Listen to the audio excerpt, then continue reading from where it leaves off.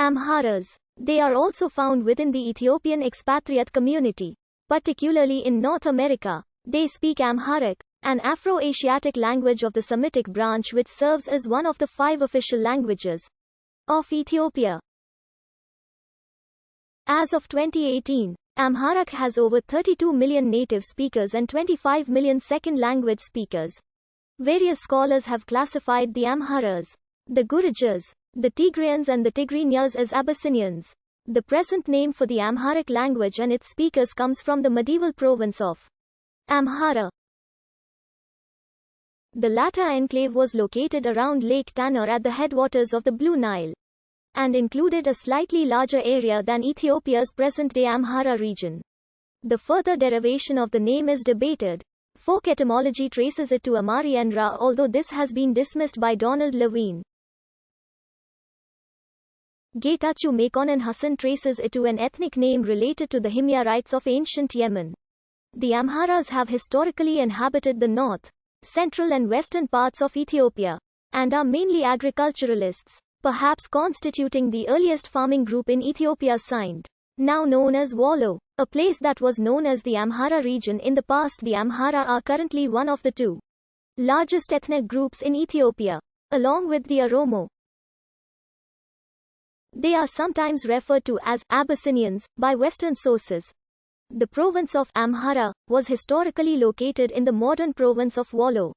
In the modern sense, however, the region now known as Amhara in the feudal era was composed of several provinces with greater or less autonomy, which included Gondar, Gojam, Wollo, Lasta, Sheva, Semion, and Goat, and Fatagar. The traditional homeland of the Amharas is the central highland plateau of Ethiopia. For over 2,000 years they have inhabited this region, walled by high mountains and cleaved by great gorges. The ancient realm of Abyssinia has been relatively isolated from the influences of the rest of the world. Christian Aksumite presence in the Amhara region dates back to at least the 8th century, with the establishment of the Istifanos monastery in Lake Haik. Several other sites and monuments indicate similar Aksumite influences in the area, such as the Gita lion statues, located 10 kilometers south of Kombolcha, which are believed to date back as far as the 3rd century or even further to pre-Aksumite times. In 1998, pieces of pottery were found around tombs in Atatia in southern Wollo, in Habrut to the southeast of Haik, and to the northeast of Anchero. The decorations and symbols on the pottery are archaeological evidence that the Aksumite civilization had extended to southern Amhara area beyond Angot. The first specific mention of the Amhara dates to the early 12th century in the middle of the Zagwe dynasty, when the Amhara were recorded of being in conflict with the Virgi in 1129. The Virgi are assumed to have inhabited the eastern lowlands of Sheva as pastoralists. Yekuno Amlak, a prince from Bete Amhara, claimed descent from Solomon, and established the Solomonic dynasty in 1270 AD. Yekuno's rule was legitimatized by the Ethiopian Church, after he defeated the last ruler of the Zagwe dynasty at the Battle of Ansta. The Solomonic dynasty governed the Ethiopian Empire for many centuries from 1270 AD onwards up until the deposing of Haile Selassie in 1974. The Amhara continuously ruled and formed the political core of the Ethiopian Empire, establishing several medieval royal sites and capitals such as Tegulet, Debra Burhan, Barara, Gondar, and Magdala. In the early 15th century, the emperors sought to make diplomatic contact with European kingdoms for the first time since Aksumite times. A letter from King Henry IV of England to the Emperor of Abyssinia survives.